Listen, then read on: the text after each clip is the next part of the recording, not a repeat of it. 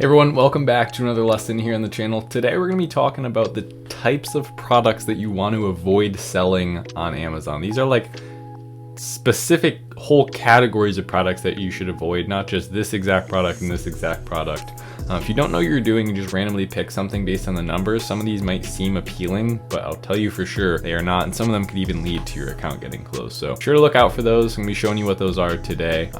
That being said, let's just get right into it. Right, so the first one is electronics. I have sold electronics on Amazon. I've sold them successfully, and let me just tell you right now, just avoid them. It's just not worth it. The return rate is extremely high. The customer service goes up through the roof. The questions you have to answer about the product. There's a reason that electronics are hard to sell and hard to get a big electronics company. There's so much that goes into it. It's really difficult to have a really solid software and a really good product that doesn't have problems all the time. It's just the rate of failure and the rate of negative reviews coming in. Like, look at some of these 779 reviews, 3.5 stars, right? It's very, very difficult to have a 5-star rating with that many reviews when you're not getting fake reviews.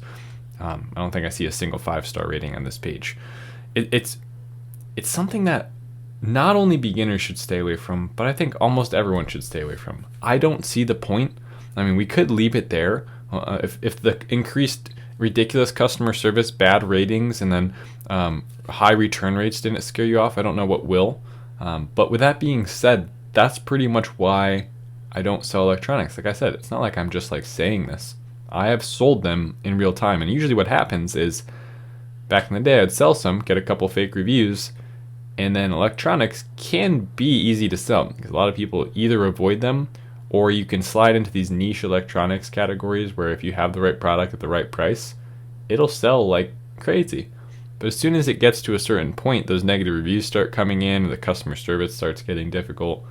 Much easier to just sell something that's going to be a long-term product that is in a category that doesn't require all that work.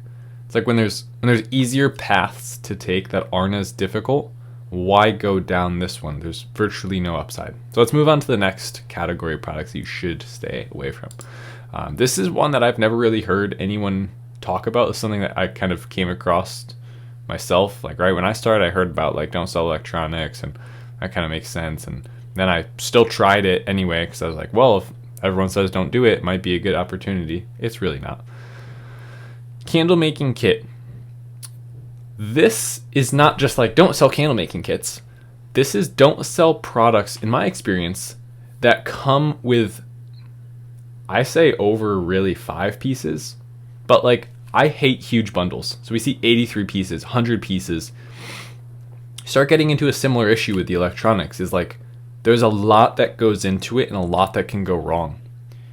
Anyone who has sold on Amazon or worked with a manufacturer probably knows that sometimes even just packing 3 pieces to a product the right way, some people don't receive some of it, or one of them comes broken. Like I can't imagine packing 83 pieces and having it work out every time. It's just your rate of kind of, what would that be?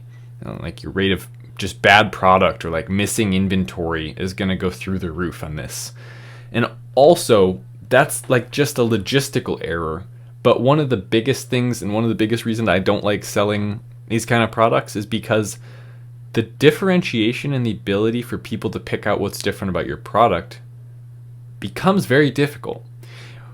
You get fatigued looking through a market like this, is what I'm trying to say. If I'm looking at one product, I could pay attention to the slight changes that are made about it, and I could look and see what everyone's doing differently. When I have to analyze what's different for an 80-piece kit, a 60-piece kit of 50, a 120-piece kit, a 250-piece kit, I start getting fatigued very quickly, and I'm likely to just pick one of the top ones with really high reviews because I kind of already, the work is being done for me.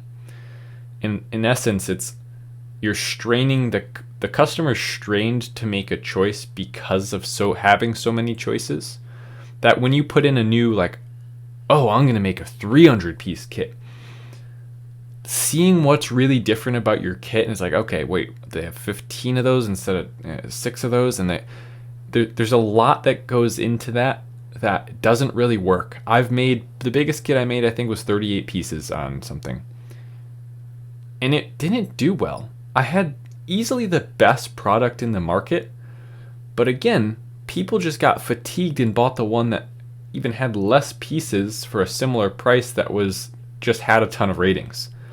And this is kind of me hypothesizing about the reason, but I think it has to do with that fatigue of not really wanting to look in and seeing every specific piece of a product that has 80 pieces and then compare that against 15 sellers. It's like you just pick one from the top. So stay away from huge kits for those reasons. The buyer kind of gets fatigued when making a choice. I think psychologically that makes sense. Seems to have been the case when I tried it, and just what I find when I go look at big kits. And then the logistics of packing those kits correctly, and making sure they're consistent every time they go out. A lot of issues that can happen even with a 5-piece kit, let alone an 80-piece kit. So stay away from those big kit markets.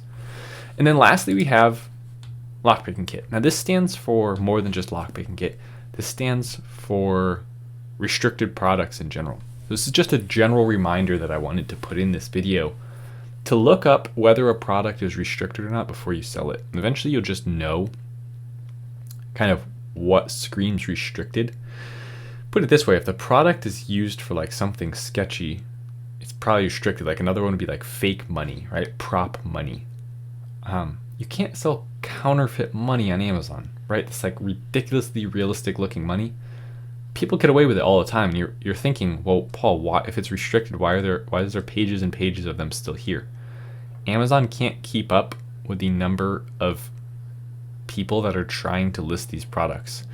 And you'll notice the way that they get away with it, the ones that do last longer and get reviews, is they'll list it as 24-pack of simple tools. So they won't mention anything about lock picking in it, okay? Multi-tool stainless tool to utility kit for car repair tool. It's a lock picking kit.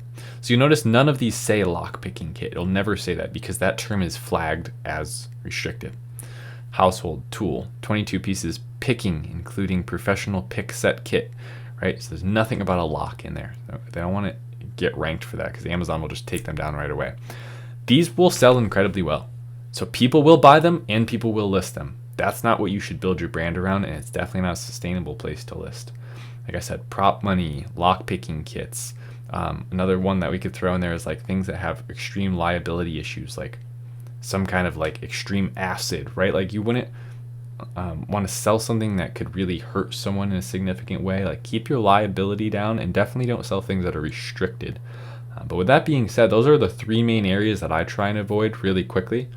So people often wonder, like, how do you know so quickly whether you can sell something or not? It's generally those 3 things. Now there's more, and if you pointed a product out to me, I could tell you specifically why I might not want to sell that based on that specific product. But right off the top of my head, without spending 40 minutes talking about it, these are the things I look for: electronics, huge kits or huge bundles, and then restricted products. Within restricted products, I kind of include patented products, right? So restricted in any sense, whether it's dangerous and it's a liability for you to sell. It's restricted as in it's on the restricted products list on Amazon. Oh, like paraphernalia would be a good example of that too. Or it can hurt someone. I forget what order I said it in, but yeah, those are the 3 things, or the basically like 9 things I've mentioned at this point that I would avoid. Keep that in mind the next time you're picking your Amazon product. It's not always just about what's perfect on Amazon, but sometimes about staying out of what'll get you in trouble. So that being said, thank you so much for sticking around to the end, and I hope you enjoyed it. Be sure to like and subscribe down below for more videos like this one and other detailed tutorials for free about selling on Amazon. Then of course, if you have any additional questions and want some structured environment or paid course, Savage University, great place to start and finish. So A to Z, A to Z if you're British, course for how to sell on Amazon and build a productive brand, not just the process, but actually consumer psychology, figuring out your packaging, figuring out your branding, things that most people are scared to do. So with that being said, guys, thank you so much, and I will see you in the next one. Later.